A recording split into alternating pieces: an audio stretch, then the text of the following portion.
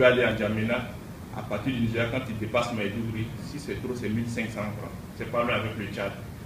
Et Garoua, c'est une première ville, c'est même la ville natale du premier président, Haïdjo. Donc c'est par là. Maintenant, quand tu quittes le Nigeria, arrivé à la frontière, il y a deux types de passages. C'est de manière irrégulière. Tu choisis soit de passer par la forêt, c'est les gens avec des motos qui ont, voilà, ils ont déjà pris quelque chose, ils sont même plus eux-mêmes.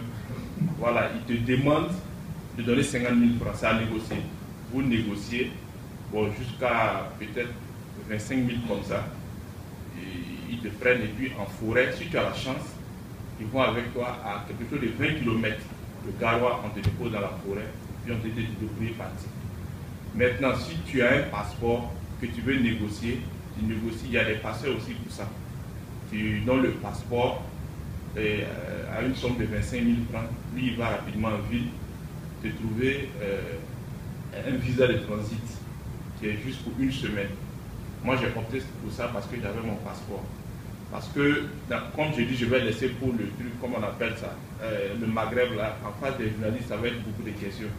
Parce que, bon, tous les concepts qui sont passés hier, là, en réalité, moi, je suis déjà passé par là parce que je suis déjà un immigré. Je suis né en Côte d'Ivoire, de parents burkinabés. Et donc, quand je suis rentré, ça me donnait un peu la chance d'avoir un peu les documents de la Côte d'Ivoire. Donc, j'ai la nationalité ivoirienne avec les documents. C'était justement pour pouvoir aller vers là-bas, parce que je suis allé vers la Tunisie, où il n'y a pas de visa entre la Côte d'Ivoire et la Tunisie, pour pouvoir aller des trucs comme ça en Italie. Donc du coup, quand tu te retrouves, comment on dirait, à la frontière du Cameroun, on m'a donné le visa de transit une semaine. Là, je devais passer par la Centrafrique. Maintenant, quand on vous prend à la frontière, c'est pas joli de dire ça devant les femmes, parce qu'on avait tellement de stratégies, mais c'est nous-mêmes les migrants, à un moment donné, on se vendait. Parce que les tapettes, pour cacher ton argent, parce qu'on ne prend pas ton argent un coup. C'est-à-dire quand vous arrivez, bon, on te dit que tu dois donner 5 000 francs sur poste, 5 000 francs sur poste, 5 000 francs sur poste, jusqu'à ce que ton argent finisse. Donc stratégiquement, même les tapettes, on prenait une lame, on déchire.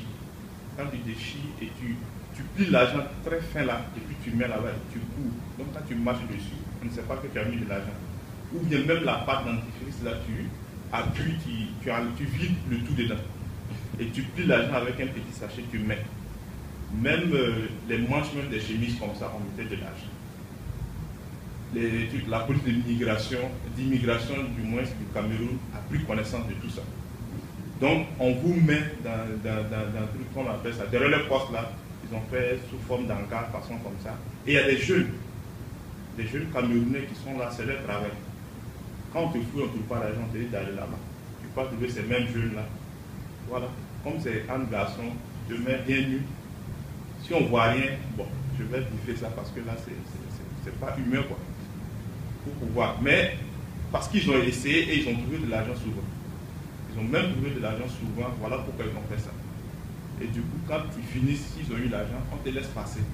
C'est comme ça, je suis arrivé à Garoua. Garoua, je suis resté avec des Sénégalais qui faisaient toute la bijouterie. Là aussi, j'ai été emprisonné juste une semaine. Et puis voilà, parce qu'il y avait un joueur sénégalais, c'est un migrant comme moi, mais il a eu la chance, quand il est arrivé à Garoua, il a eu un très bon club là-bas, Boton Sport de Garoua. Voilà, on échangeait. Donc du coup, c'est lui là qui est venu m'aider, on m'a libéré. J'ai continué vers la Centrafrique. Parce que Centrafrique, Burkina Faso, il n'y a pas de problème. Mais Malien, Centrafrique, c'est très dangereux. Bien vrai que voilà, j'avais mon passeport et tout ça, c'était pas trop intéressant. Je suis revenu, je suis allé à Yaoundé. De Yaoundé, on devait aller en groupe maintenant pour le Gabon. C'est là-bas on a été refoulé encore, au nombre de 55 comme ça. Donc quand je suis revenu à Ouaga, bon, pour un peu, voilà, me remémorer, puis j'ai refoncé encore. Hein, j'ai foncé, voilà, du coup, ça c'est aspect par voie irrégulière, hein, quand je veux dire voie terrestre. Quand je suis revenu du moins en 2010, j'ai pris mon vol, je suis allé au Gabon. Là, c'était de façon régulière. J'avais tous les documents et tout ça. Arrivé, bon, je travaillais pour une autorité. En son temps, bon, ça fait 1 an maintenant qu'il n'est plus terminé de l'Intérieur. Parce que son cuisinier, c'est un homme. C'est par rapport à ce que je suis parti. Travailler, mais il était difficile de gagner ce que tu devais avoir.